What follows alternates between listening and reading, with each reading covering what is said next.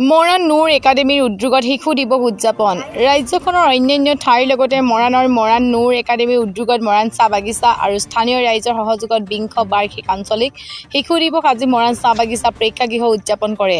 নুৰ একাডেমীৰ উদ্যোগত মৰাণ চাহ বাগিচা আৰু স্থানীয় সচেতন নাগৰিকৰ সহযোগত অনুষ্ঠিত হৈ থকা এই অনুষ্ঠানৰ মূল উদ্দেশ্য হৈছে শিশুসকলৰ সুস্থ মানসিক আৰু বৌদ্ধিক বিকাশৰ বাবে এক মঞ্চ প্ৰদান কৰা। পণ্ডিত জৱাহৰলাল নেহৰু জন্ম বাৰ্ষিকত মৰাণ চাহ বাগিচা প্ৰেক্ষাগৃহত প্ৰত্যেক বছৰে 14 নৱেম্বৰ অনুষ্ঠিত হোৱা শিশু দিৱস উদযাপনে বিগত 19 বছৰৰ এই পৰম্পৰাই শিশুসকলৰ নিজস্ব প্ৰতিভা বিকাশ কৰিবলৈ বিভিন্ন বিদ্যালয়ৰ ছাত্ৰ ছাত্ৰীসকলৰ মাজত সামূহিক বান্ধোন মজবুত কৰিবলৈ এক অপূৰ্ব সুযোগ প্ৰদান কৰি আহিছে। এই বছৰৰো অঞ্চলটোৰ বিভিন্ন বিদ্যালয়ৰ পৰা অহা শিশু সমাৰোহত কণ কণ শিশুসকলৰ বাবে বিভিন্ন প্ৰতিযোগিতা আৰু মনোৰঞ্জনৰ ব্যৱস্থা কৰা হয়। আজি শিশু দিৱস সমগ্ৰ ভাৰততে পণ্ডিত জৱাহৰলাল নেহৰুৰ জন্মদিন উপলক্ষে শিশু দিৱস উদযাপিত হৈছে। গতিকে তাৰ লগত সংগতি ৰাখি আমি প্ৰতি বছৰে দিৱসটো উদযাপন কৰি আহিছোঁ। আজি 20 বছৰ ধৰি দিছে আমি 20 বছৰ কণ্টিনিউৱাছলি উৎসৱটো এই খটখটি পূজাগৃহত আঞ্চলিক ভিত্তিত আমি পাতি আহিছোঁ। আমি ইয়াত কাৰ্যসূচী হিচাপে কম্পিটিশ্যন কিছুমান ৰাখিছোঁ, প্ৰতিযোগিতা অনুষ্ঠিত হৈছে। যেনেকৈ আপুনি ইতিমধ্যে দেখিলে যে ড্ৰয়িং কম্পিটিশ্যন হৈছে, তাৰোপৰি গো এজ ইউ লাইক। তাৰপাছত আমাৰ আৰম্ভ হ'ব নৃত্য প্ৰতিযোগিতা।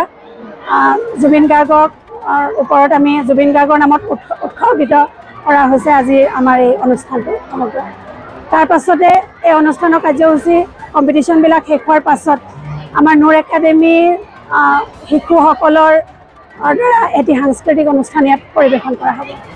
গতিকে এটা অনুষ্ঠান আমি 20 বছৰ ধৰি একেলেঠাৰে উদযাপন কৰি আহিছোঁ। গতিকে তাৰ কাৰণে আমাৰ ছাপোৰ্ট আছে, সহযোগ আছে। মৰাণ চাহ বাগিচা স্থানীয় ৰাইজৰ সহযোগত আমি অনুষ্ঠানটো প্ৰতি বছৰে উদযাপন কৰি আহিছোঁ।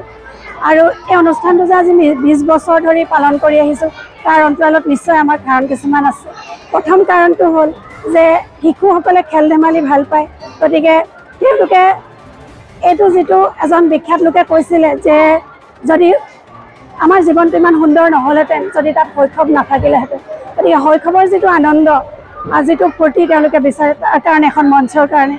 দ্বিতীয়টো হ'ল যে এখন ঘৰৰ দায়িত্ব বেলেগ, এখন স্কুলৰ দায়িত্ব বেলেগ। গতিকে চাইল্ডৰ কাৰণে, শিশুৰ কাৰণে স্কুলখনক ছেকেণ্ড হোম বুলি কোৱা হয়, পেৰেণ্টছক টিচাৰ্ছক ছেকেণ্ড পেৰেণ্ট বুলি কোৱা হয়। গতিকে সেই হিচাপে চাবলৈ গ'লে আমি স্কুলৰ দায়িত্ব বহুত থাকে আৰু সেই হিচাপেও সেই দায়িত্ব পালন কৰিবৰ কাৰণেও এনেকুৱা অনুষ্ঠানৰ প্ৰয়োজন। তাৰোপৰি আঞ্চলিকৰ ভিত্তিত অনুষ্ঠানৰ সংখ্যা কম।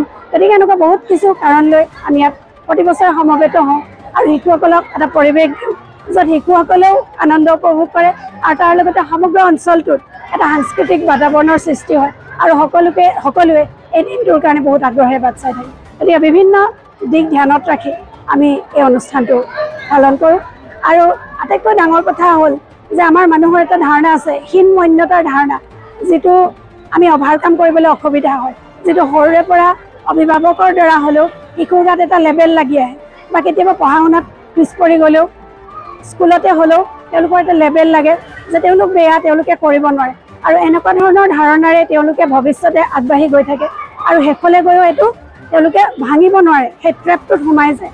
গতিকে সেইবিলাকৰ পৰা যাতে ল'ৰা ওলাই আহিব পাৰে, যাতে সৰুতেই তেওঁলোকৰ এটা কনফিডেঞ্চ বিল্ড আপ হয়, তাৰ কাৰণে এনেকুৱা বৃহৎ মঞ্চৰ প্ৰয়োজন। সেই সকলো দিশ চিন্তা কৰি আমি প্ৰতি বছৰে এইটো শিশু দিৱস এনেধৰণেই আঞ্চলিক ভিত্তিত আমি প্ৰায় 50খন স্কুল ইয়ালৈ নিমন্ত্ৰণ কৰিছোঁ আৰু বিভিন্ন স্কুলৰ ষ্টুডেণ্টে ইয়াত আহি অংশগ্ৰহণ কৰিছে।